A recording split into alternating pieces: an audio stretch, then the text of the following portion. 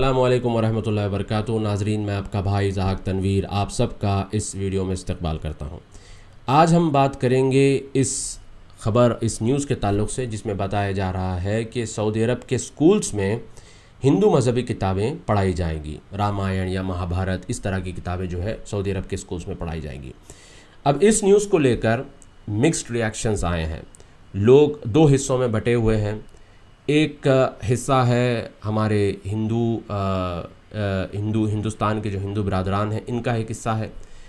ये खुश हो रहे हैं कि भाई इनकी मज़हबी किताब अब सऊदी अरब में पढ़ाई जाएगी।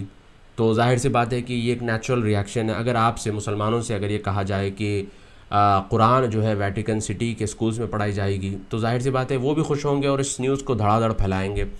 इसी तरह से अगर मुसलमानों से कहा जाए कि कुरान जो है काशी और मथुरा के स्कूल्स में पढ़ाई जाएगी, तो वो भी खुश हो जाएंगे।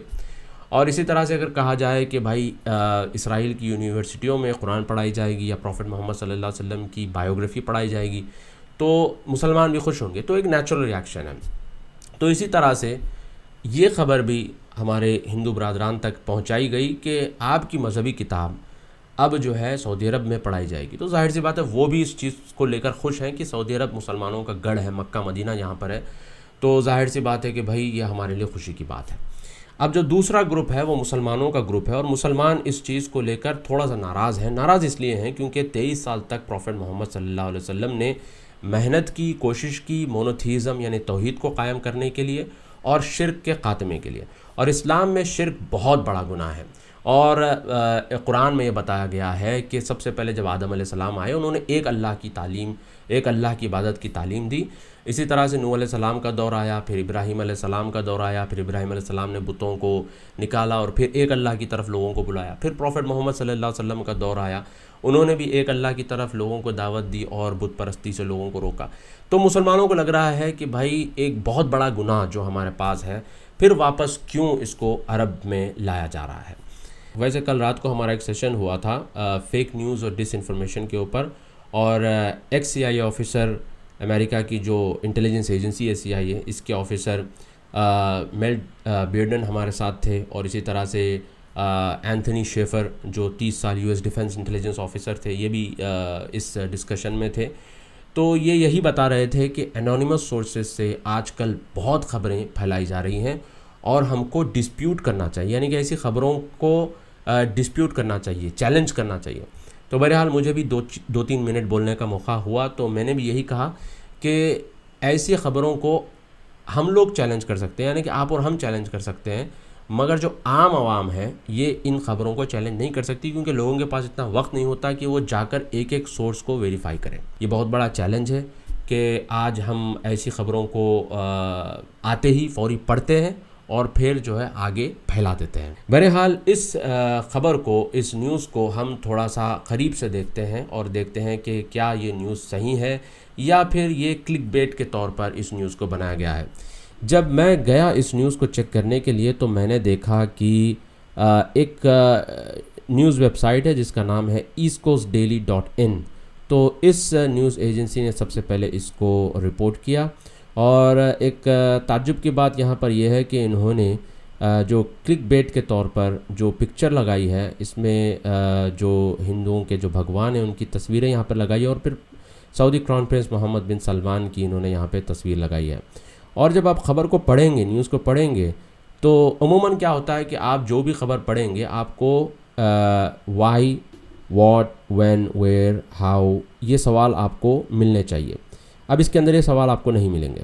जैसे कि यहाँ पे लिखा गया है, it is reported that students will be taught Ramayana and Mahabharata. ठीक है, फिर यहाँ पे लिखा है, it is reported that the study will focus on globally significant Indian cultures such as yoga and Ayurveda. तो यहाँ पर कहीं भी मेंशन नहीं है कि ये ऑफिशियल सोर्स है।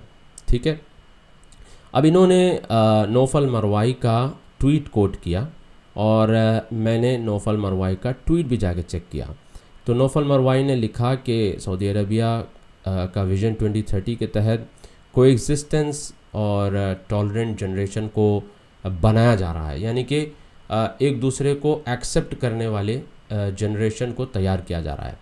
और फिर नौफल मरवाई ने मेंशन किया। और नौफल मरवाई कौन है मैं आपको बताता हूँ। नौफल मरवाई एक योगाचारी है और ये एक पर्सनल योगाचारी है और ये जिद्दा में रहती है, एक लेडी है और ये इसका पर्सनल चॉइस है, इसका पर्सनल डिसीजन है। ये योगाचारी बनना चाहती है, इसने ये बन गई, ठीक है।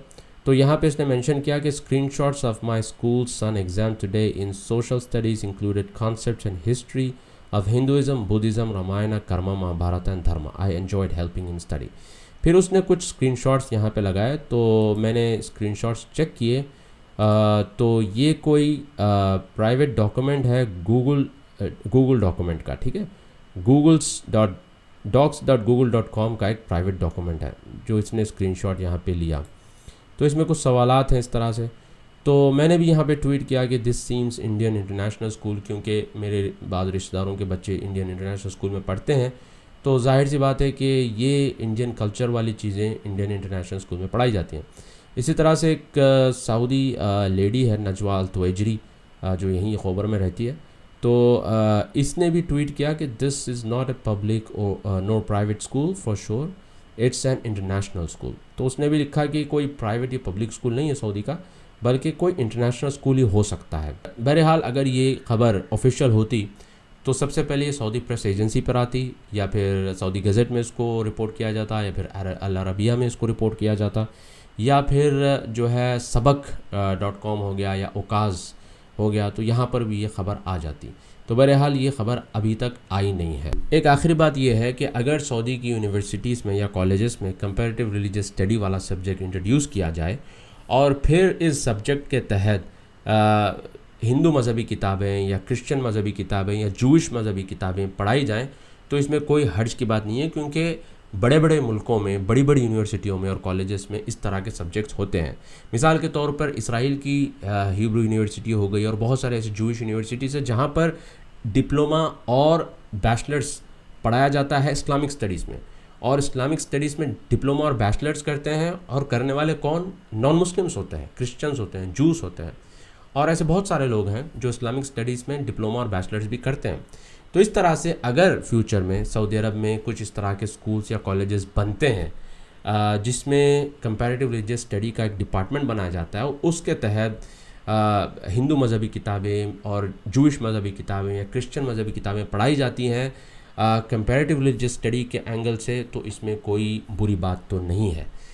मैंने भी कंपैरेटिव रिलीजियस स्टडी तकरीबन 10 साल पहले मैंने पढ़ा था। आज भी मुझे गायत्री मंत्र संस्कृत में याद है और ऐसी बहुत सारी चीज़ें हमने पढ़ी थी इस नाहिए से और इस एंगल से कि हम इसको पढ़कर उन तक जाकर जो इस्लाम और दूसरे मज़ाहिब जो हैं जैसे क्रिश्चियनिटी, हिंदुइज़्म वगैरह हो गया, इनके और हमारे दरमियान में जो कॉमन चीज़ें हैं इसको उभारा जाए, इसके ऊपर बात की जाए, और उनके और हमारे बीच में जो कॉमन चीज़ है वो तौहीद ही है, मोनोथीज़म ही है।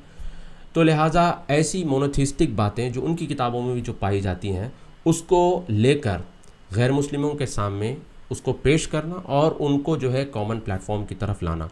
तो बहरहाल अगर इस एंगल से भी पढ़ाई जाती है कंपैरेटिव रिलीजियस स्टडी या डिप्लोमा या बैचलर कोर्सेस अगर यहाँ के स्कूल्स और कॉलेजेस में आ रहे हैं तो ये एक अलग बात है। बहरहाल अल्लाह ताला से हम दुआ करते हैं कि अल्लाह ताला हमको सच्चाई का रास्ता दिखाए और जो गलत है अल्लाह ताला उससे हमें रोके।